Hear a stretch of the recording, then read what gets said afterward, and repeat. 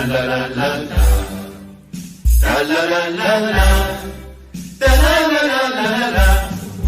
Peuple congolais n'est jamais reculé, nationaliste, allons de l'avant, jeunes du pays, avançons, avançons, intellectuels et soldats, avançons, femmes et filles, allons de l'avant, peuple congolais ne jamais reculer. Ta la la la la, ta la la la la, ta la la la la la. Bonjour, bonsoir, bandeko ba Congolais, puisqu'on se voit qu'on a biso et c'est vraiment ma casse à mon qui va Congolais. Kutani biso comme d'habitude, to kutani to sur la makambo à Congo, to sur la makambo mboka na biso. Vous savez qu'on a que ça comme pays, je vous ai toujours dit, mais avant la bande, on s'est ngabino humblement. Bon, ça quitter un devoir ngabino patriotique. Devoir patriotique, il y a Congolais, nyon so isa simple. Ou aimer vidéo, ou commenter yango, ou partager yango. Na commentaire causant que ce drapeau est RDC bandeko. Je vous dis, on ne peut pas parler de la patrie sans symbole, il y a patrie. Symbole, il y a patrie yango, le drapeau. C'est pourquoi vous allez voir autour de moi. Donc, c'est partout dans cette maison. Il y a le drapeau partout, bandeko. La rose de caméra, c'est qu'on a qui n'a vu dans la chambre au coup de drapeau. Et ça, dans mon cas, moi, était né là-bas. Mais ça, symbole, il y a patriotisme. Vous ne voyez pas pourquoi je vous ai parlé du drapeau. Donc, bandeko, drapeau, il y a RDC fait mon anamingi. Et ça, symbole, il y a bon mot qu'on a biso. Comme il y a un commentaire, aussi laissez commentaire, nayo. Moi emoji nango technologie PC bandeko mundela zazo bate ke na ba emoji acha emoji à drapeau et ça très important. Merci beaucoup peuple congolais, merci beaucoup parce que nous sommes besoin mais tout ça dit 2 jours hein, tout kutanité oui 2 jours mais tout kutana l'autre me ka osola makambo mboka bandeko situation na est ya pays etikali confus sentiment moko toza nango biso nyonso c'est comme si likambongo tokomi kobosa na yango oui. Tokomi kokanisa lokola. En fait, il y a des choses na poande to banda opé sangote. On a l'impression que bon en fait, quoi yango pena ba wande ba bandi da bango da ko administrer yango. Là c'est le sentiment que toi nango. Bino ka te bandeko biso nyonso. Mais Dieu merci, nous on peut comprendre les choses pour tu vas expliquer bino. On sait ce qui s'est fait. On sait comment nos hommes, nos garçons se battent matin, midi, soir bandeko. Tiboyo ka la ville X et quoi. Boka nsate ke ku yaka na esengo. Yaka sacrifice humain. Bana ba kufi batali ba lobité to préserver ba auto ya ko attaquer. Ti boyo kaka FAD ça récupérer ville tel, yeba keza isu sous sacrifice humain. Donc ya batu ba la mouki un bon matin. Ba décider ba imposer biso bitumba.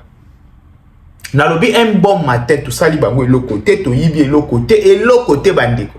Ba décider ba imposer biso bitumba et to ko bunda bitumba wana na bisi bino que na pris fort en termes de finance, en termes de vie humaine bande ko so na o biso to monaka o to yebi peut-être ba congolais belé so bo chemi so bo tali yango bolobi non on souffre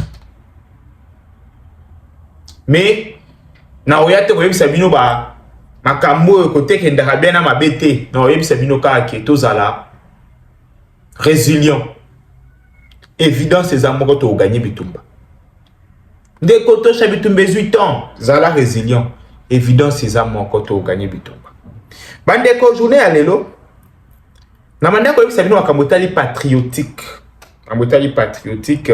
déjà éveil patriotique ces derniers temps na yebi makamyo se banda na tweet moko na salaki concernant madame Grace Emi Koutino. Cette dame aza ministre ya jeunesse et éveil patriotique. Na biboui jeunesse na éveil patriotique.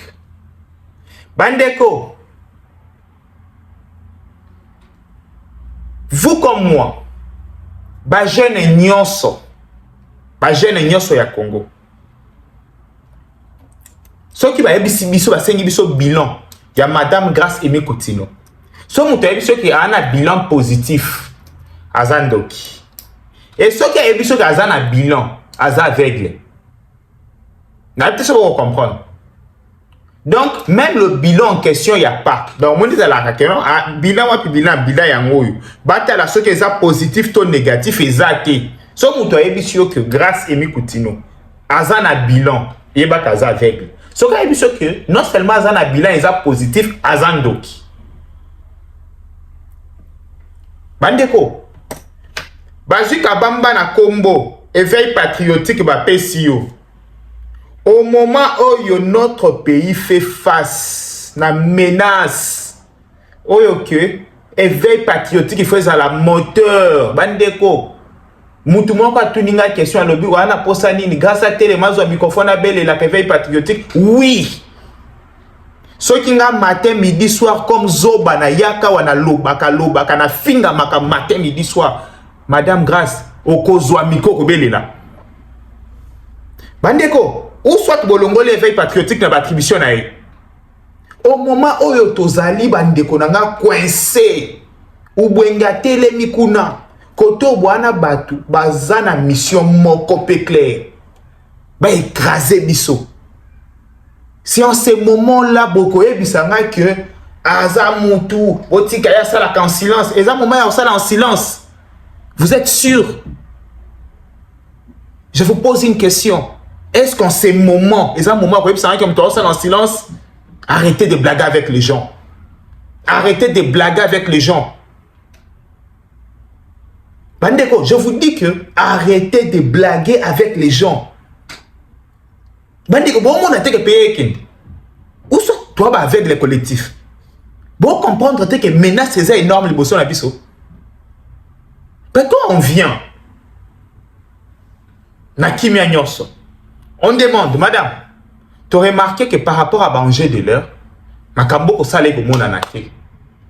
Mais quand au moins Kosala, répondre à ta moi humilité, du genre, oui, na romona ya Kosala, to sala, osa ko déployer les biso, batouaya ko défendre en nous insultant.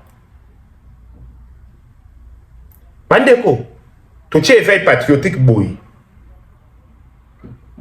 Grâce à quoi bimsela soit action moko, il y a éveil patriotique ya sala. Action moko. Il y a éveil patriotique grâce à Téléma boya sala. À quoi bimsela soit moko? Arrêtez de jouer avec les gens. Dans le baki, c'est simple. Bandeko, et ça simple dans ma cambo grâce.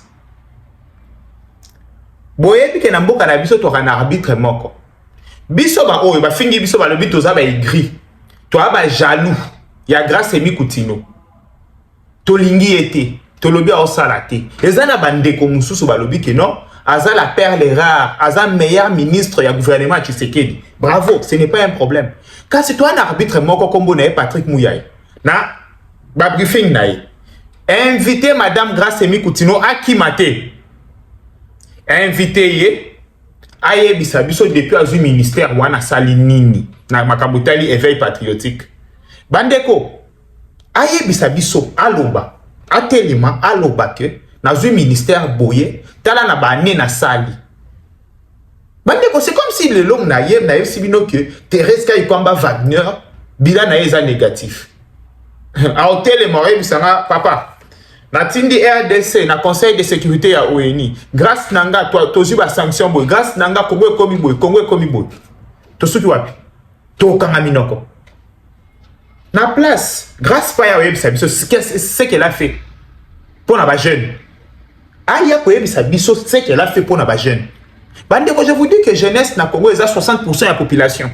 60% de la population ba jeune. 60% de la population la biso. Bandeko, c'est un facteur ya osakana nango. C'est un facteur vraiment ya osakana nango. Vous êtes sûr? On aime beaucoup Félix Antoine Tshisekedi. On peut tout me reprocher. On peut tout me reprocher. Sauf qu'on soutenir Félix Antoine Tshisekedi. C'est pourquoi vous voyez qu'ils ont du mal à m'attaquer sur ces plans-là. Mais n'a pas soutenir Félix Antoine Tshisekedi Chilombo. Na kotika bat loko ba grâce te ba saka na ministère wana na Congo munene boy éveil patriotique. on arrive à laisser ça, bandeko, au moment où yo, sentiment patriotique, il faut être élément.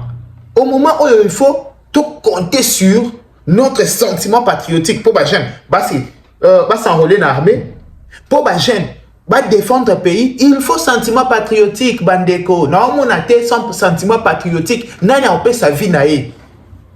Oh, bandeko, ça a l'air à malonga, nani on peut sa vie naïe. Mais il faut maintenant aller éveiller ces sentiments patriotiques.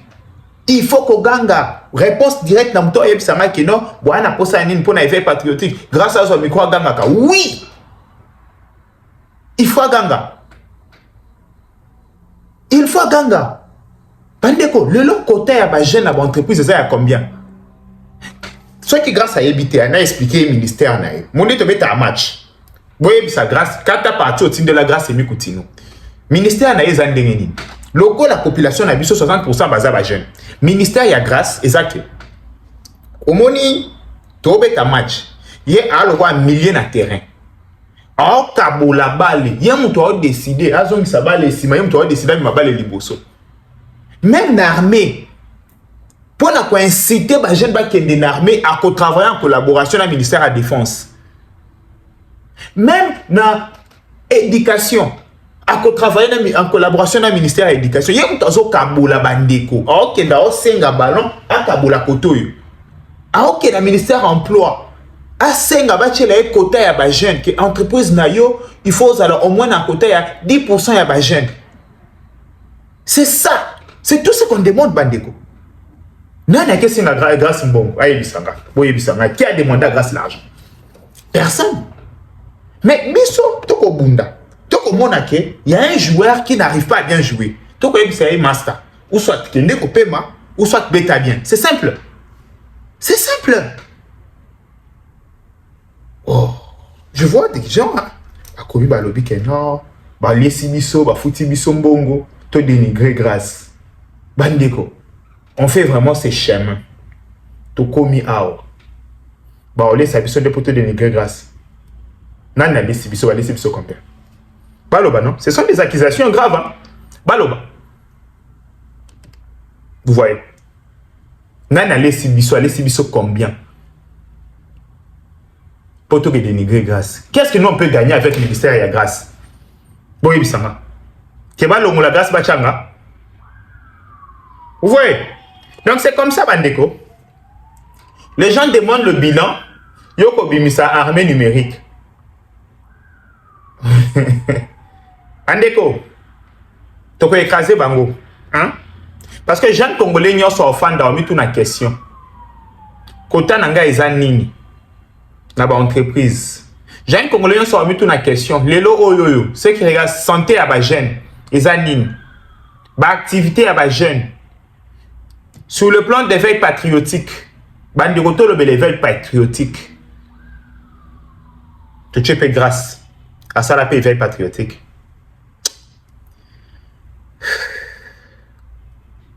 À un moment. Bandeko, toi dans nous bien awa, toi si la dans nous bien. Il y aura un moment où tu auras la démission. Il y a chaka na mutu na eke.